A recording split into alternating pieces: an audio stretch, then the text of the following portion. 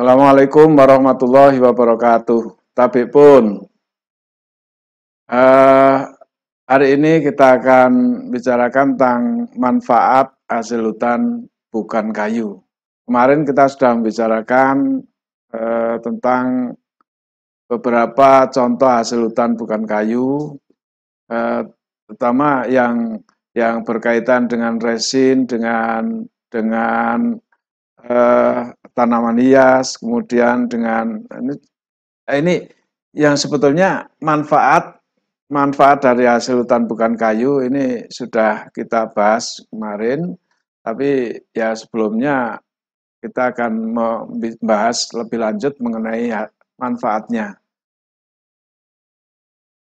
CPMK pada kali ini adalah mahasiswa dapat memahami konsep dasar hasil hutan bukan kayu, kemudian manfaat dan jenis hasil hutan bukan kayu. Kita kembali lagi pada pengertian tentang hasil hutan bukan kayu. Ini merupakan hasil hutan baik nabati maupun hayati beserta turunannya dan budidayanya kecuali kayu. Ini yang namanya hasil hutan bukan kayu. Jadi semua produk dari hutan yang bukan kayu itu adalah masuk hasil hutan bukan kayu. Nah, sekarang kemudian hasil hutan bukan kayu kemudian dibedakan menjadi hasil hutan bukan kayu sendiri, kemudian jasa lingkungan juga masuk dalam selain kayu. Adapun manfaat yang bisa diperoleh dari pengambilan hasil hutan bukan kayu, ini yang pertama adalah mengurangi tekanan pada hutan sehingga laju perusakan hutan dapat ditekan dan diminimalisir. Ini kenapa ya seperti itu dilakukan? Ya karena memang dengan hasil hutan bukan kayu yang diambil itu berarti bukan kayunya, sehingga tidak perlu melakukan penebangan pohon. Sehingga kerusakan hutan bisa diminimalisir dan ditekan.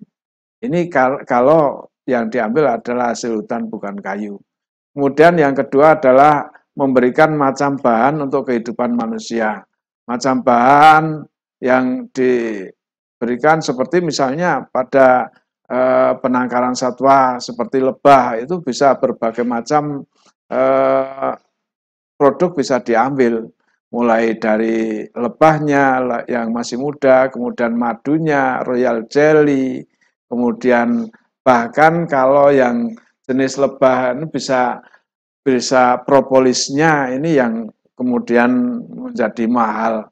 Karena bagi lebah itu merupakan perekatnya, tapi kemudian dimanfaatkan. Bahkan sengatnya pun juga bisa dimanfaatkan untuk terapi. Maka ada terapi lebah itu dengan memberikan sengat pada bagian tubuh yang sakit itu disengat lebah. Kemudian yang ketiga adalah manfaat yang ketiga adalah mendorong adanya konservasi hutan. Karena yang namanya satwa itu memerlukan yang namanya pepohonan untuk diambil buahnya atau diambil daunnya. Ada beberapa satwa yang mengambil daunnya, ada beberapa satwa yang mengambil bunganya. Bahkan kalau lebah itu yang diambil adalah nektarnya, kemudian polennya itu diambil. Sehingga dengan tanpa adanya tanpa disuruh itu orang sudah melakukan penanaman pohon dengan sendirinya. Itu kalau melakukan konservasi untuk satwa liar. Kemudian yang keempatnya adalah manfaat yang keempat adalah melestarikan pengetahuan hasil hutan bukan lokal atau setempat. Jadi masyarakat kadang-kadang itu mempunyai pengetahuan yang lebih tinggi daripada akademisi. Kenapa demikian? Karena mereka adalah pelaku. Mereka adalah yang melaksanakan, pelaku usaha di luar. Sedangkan kalau akademisi ini adalah berpikir tentang teorinya. Sehingga kadang-kadang dengan adanya dipadukan antara akademisi dengan pelaku usaha itu akan lebih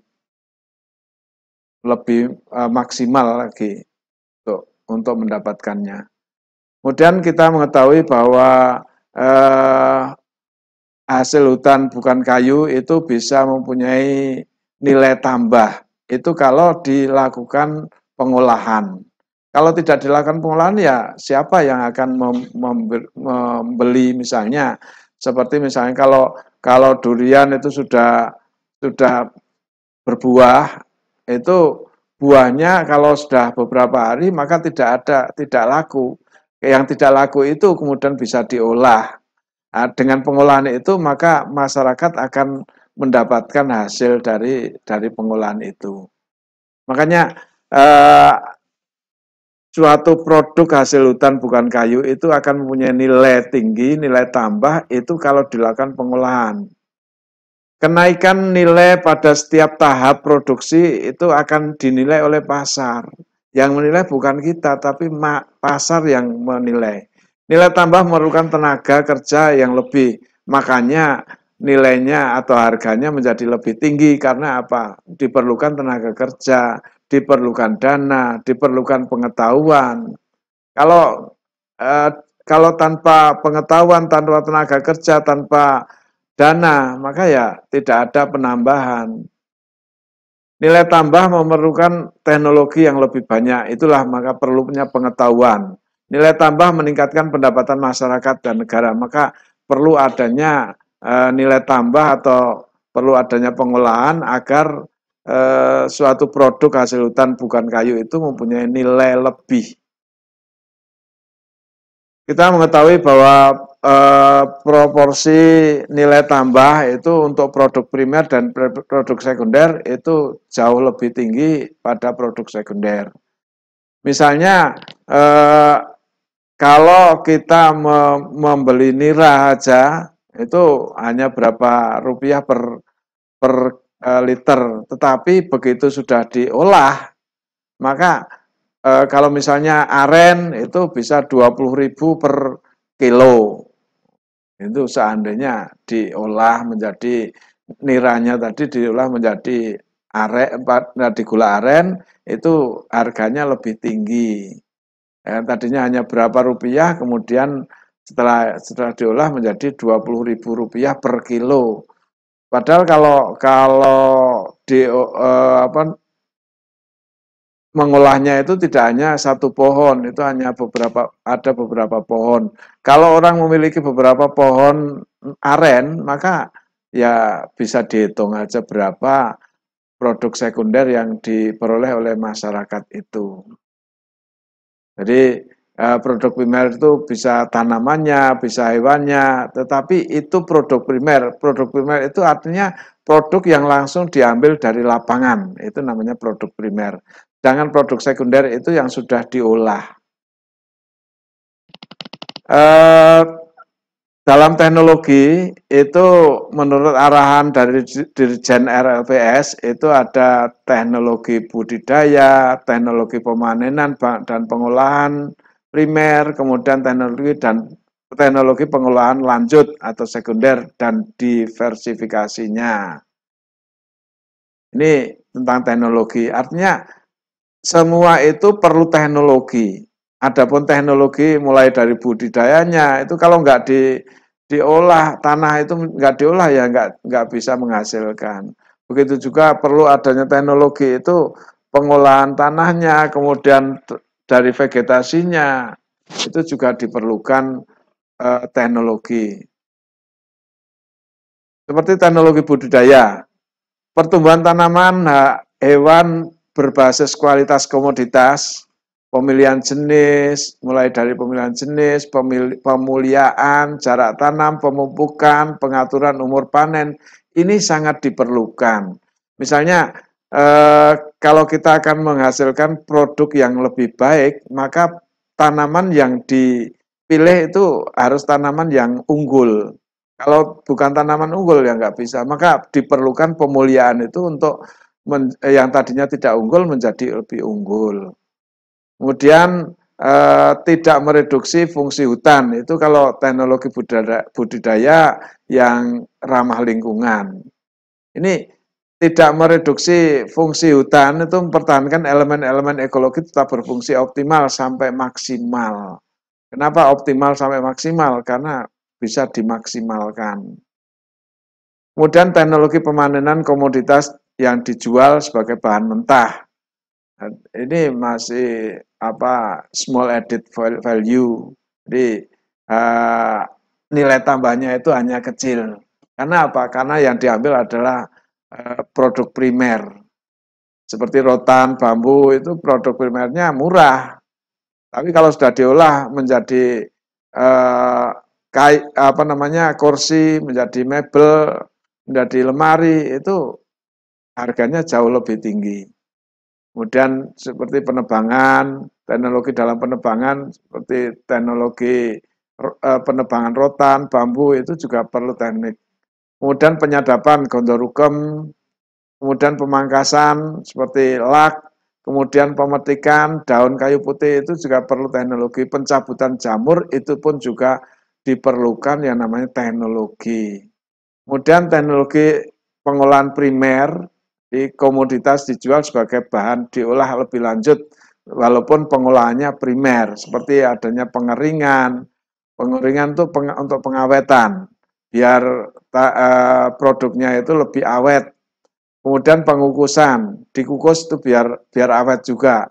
Pemasakan itu sama, penguapan juga sama, ekstraksi itu juga bagaimana bisa mengekstraksi tanpa memberikan luka pada produk itu.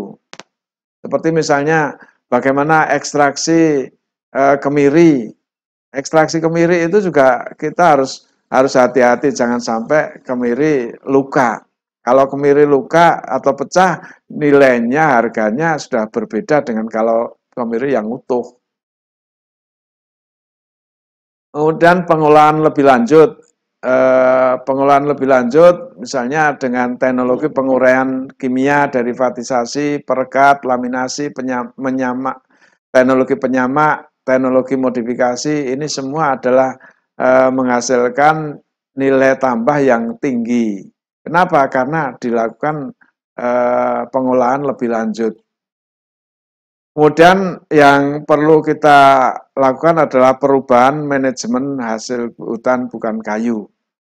Semua itu kalau berbasis riset, itu berbeda dengan yang tidak berbasis riset. Jadi kalau dalam pengelolaan itu juga berbasis riset, maka ya semua akan menjadi lebih baik. Pengembangan teknologi yang memenuhi syarat perdagangan dunia berbasis mutu lestari, berbasis pengukuran inventarisasi, diarahkan ke pengelompokan daerah produksi yang sesuai. Ini alokasi jenis hasil hutan bukan kayu. Kemudian dikembangkan hak paten. Kalau seperti itu maka akan hasilnya akan lebih maksimal. Kemudian pemetaan dasar produk primer, sekunder, dan derivatnya. Kebijakan pelestarian pengelolaan hasil hutan bukan kayu dan hutan, kemudian adanya otonomi, ini memang banyak perubahan, tetapi perubahan yang positif harapannya. Kemudian jaminan mutu bahan baku, produk primer, produk sekunder, produk derivatnya, ini perlu dijamin mutunya. Makanya ada standarisasi produk, ada SNI, ada BSN, ini semua adalah untuk standarisasi produk. Proses pengendalian mutu teknis dan statistik pada setiap tahapan produksi. Kemudian untuk keberlanjutan hasil hutan bukan kayu, ini perlu adanya produksi, dalam produksi ada kualitas dan kuantitas itu perlu ditingkatkan. Lingkungan tidak mengganggu fungsi hutan. Sosial, ini menambah pendapatan masyarakat. Sertifikasi budidaya pengolahan ramah lingkungan manajemen ini. Saya kira itu aja untuk kali ini, pertemuan kali ini. Mudah-mudahan yang sedikit ini memberikan manfaat bagi kita semua. Saya akhiri. Assalamualaikum warahmatullahi wabarakatuh.